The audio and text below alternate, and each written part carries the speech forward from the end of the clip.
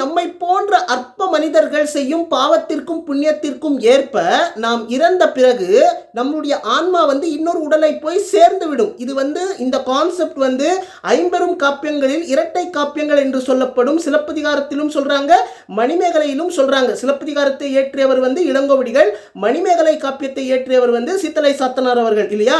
So இது ஏன் சொல்றேன் அப்படின்னா, இந்த மாதிரி நம்மை போன்ற அற்ப மனிதர்கள் பாவத்திற்கும் புண்ணியத்திற்கும், அதாவது பாவமும் செய்கிறோம் புண்ணியமும் செய்கிறோம்.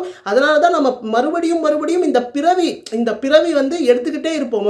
மறுபடியும் பிறவி எடுத்துக்கிட்டே இருக்கிறோம். அப்படின்னா நம்ம ஒரு பிறவியில நம்ம வெறும் புண்ணியமே செஞ்சுக்கிட்டே இருந்தா இன்னொரு பிறவி எடுக்கிறதுக்கு வாய்ப்பில்லை இல்லையா? நம்ம பாவம் செய்கிறோம், அந்த பாவத்தின் வினையை நம்ம அடுத்த பிறவியில அனுபவிச்சுட்டு தான் ஆகணும். அதனால தான் நம்ம பிறவி மறுபடியும் எடுத்துக்கிட்டே இருக்கோம் இல்லையா?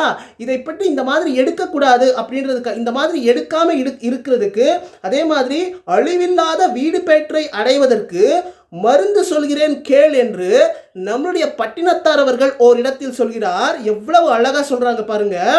பிறப்பொழியாமல் மீண்டும் மீண்டும் பிறவி எடுத்து அல்லல் படும் என் நெஞ்சமே, அழிவில்லாத வீடு பேற்றை அடைவதற்கு மருந்து சொல்கிறேன் கேள்.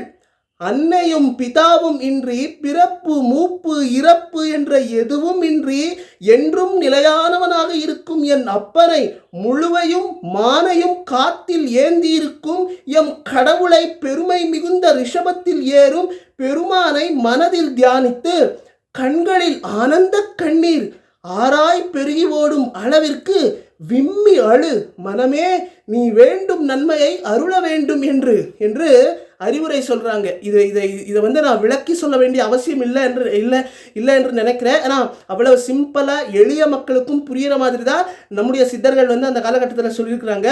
ஸோ இதை பற்றி நீங்க என்ன நினைக்கிறீங்க அப்படின்றத பத்தி கமெண்ட் செக்ஷன்ல தெரிவிக்கலாம். சிந்திச்சு பாருங்க. அருட்பெருஞ்சோதி அருட்பெருஞ்சோதி தனி பெரும் கருணை அருட்பெருஞ்சோதி.